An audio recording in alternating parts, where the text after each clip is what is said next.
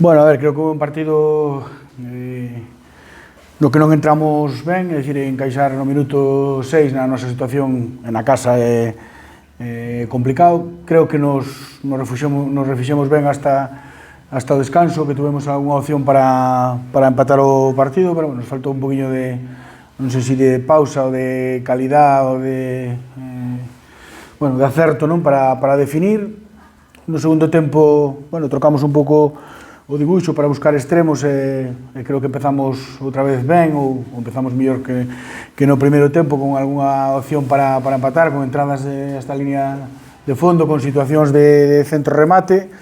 Non acertamos, nos pitan un penalti do que non vou dicir nada, creo que as imaxes falarán por si mesmas, é un escándalo.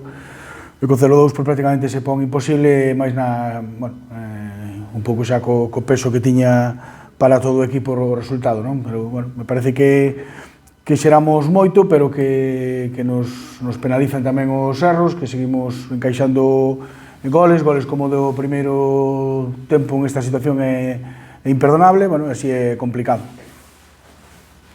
É difícil de explicar, non? Outra vez, como pasou outro día en Coruso, que despois de unha primeira metade na que penso que o Bergantiños foi superior, combina ben, crea perigo, sobre todo a balón parado, calquer golpe parece que manda o equipo a lona, non?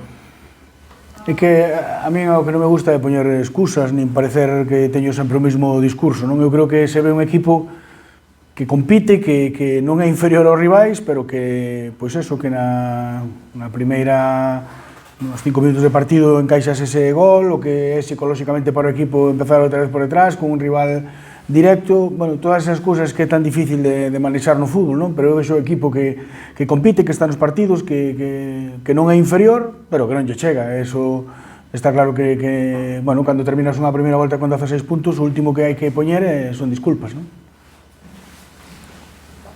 Que lle falta ao equipo para chegar a poder gañar os partidos? Pois creo que esas cousas que a veces se fala do outro fútbol, non? De manexar certas situacións, de ser competitivo en accións nas que non podes conceder o que concedemos, ter un pouco de malicia tamén no xogo, creo que hai que vivir isto de outra maneira. Se te teñen que ganar porque sean superiores a ti, non porque ti regales os partidos. Que balance faz do fichaje tamén do partido de hoxe, sobre todo, de Iago Beceiro, que para ser o primeiro partido estivo bastante ben, bastante activo?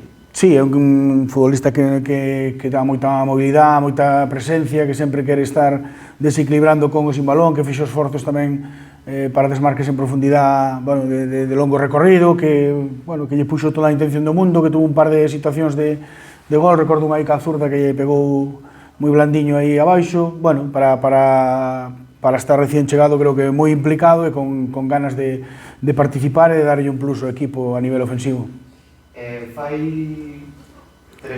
Xusto antes do Polvorín falábamos e me dicías que o balance había que facelo ao terminar a primeira volta, que dependendo con cantos puntos acabaron foran ben ou mal.